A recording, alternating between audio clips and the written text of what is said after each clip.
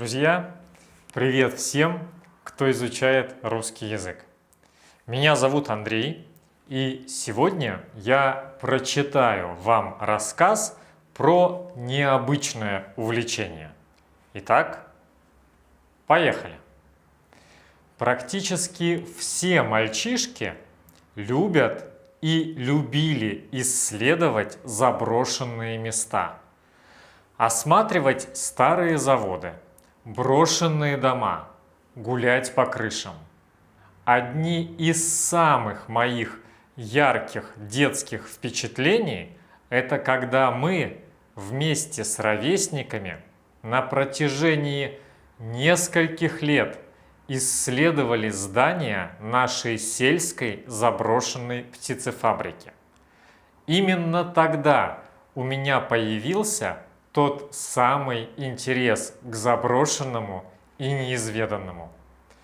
Это был 1997 год.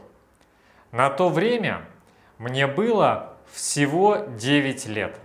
Родители целыми днями вкалывали на работе. Мы были фактически сами по себе. Жизнь в стране была непростой. Многие предприятия начали разваливаться. Платить рабочим было нечем.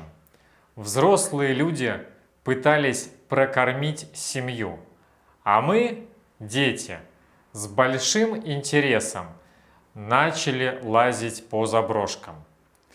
Что такое заброшка? Это наш сленг, и означает он заброшенное здание или объект. Это может быть что угодно.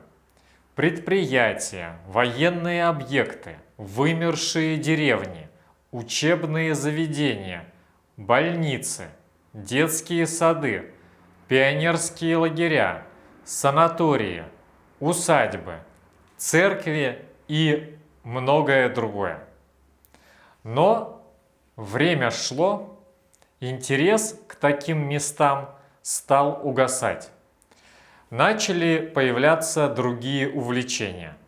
Пришла первая любовь, появился интерес к мотоциклам. Затем была служба в армии, работа вдалеке от дома и от старых друзей. Возникли новые знакомства и новые интересы. Но спустя несколько лет мое старое детское увлечение опять вернулось ко мне. Я нашел много единомышленников. Тогда, в 2014 году, я узнал, что мое детское хобби теперь имеет новое название – урбатуризм. Но старое слово «заброшка» продолжало использоваться. Ведь каждое заброшенное место интересно по-своему.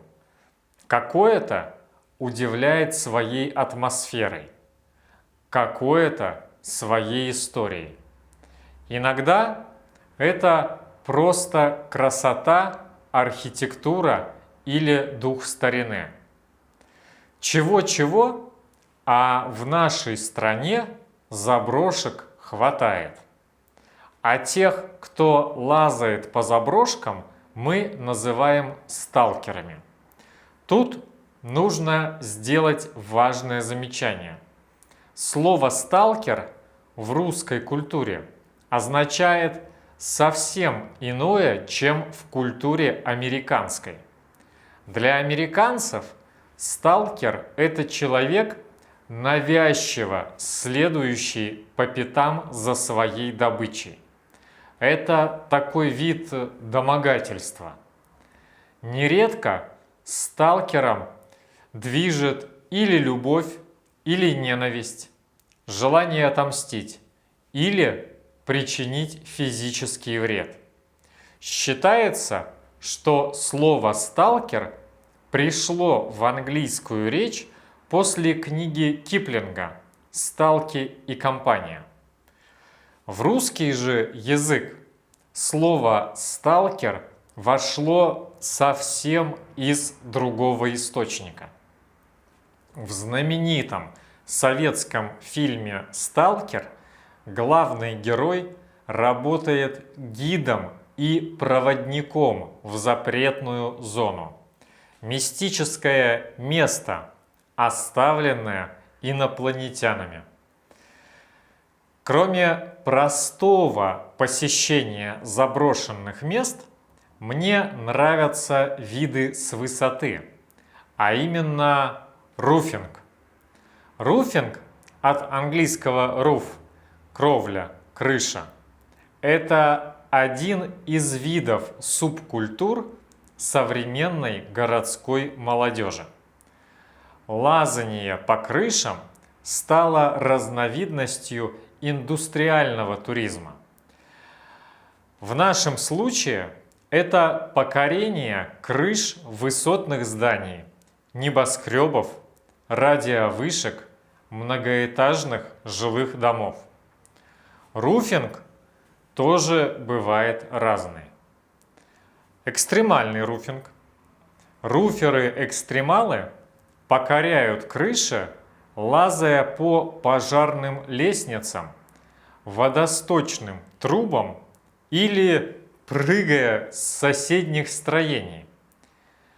Некоторые из них демонстрируют опасные трюки над пропастью, обязательно снимая все это на видео. Цель руферов-экстремалов – проникновение на крыши самых сложных высотных сооружений и объектов в промышленных зонах, даже если они находятся под охраной. Тихий руфинг.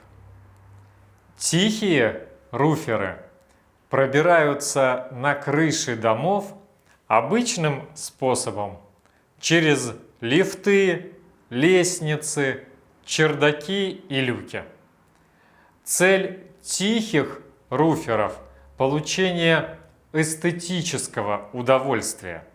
Они мирно созерцают пейзажи с высоты птичьего полета и фотографируются. Арт-руфинг.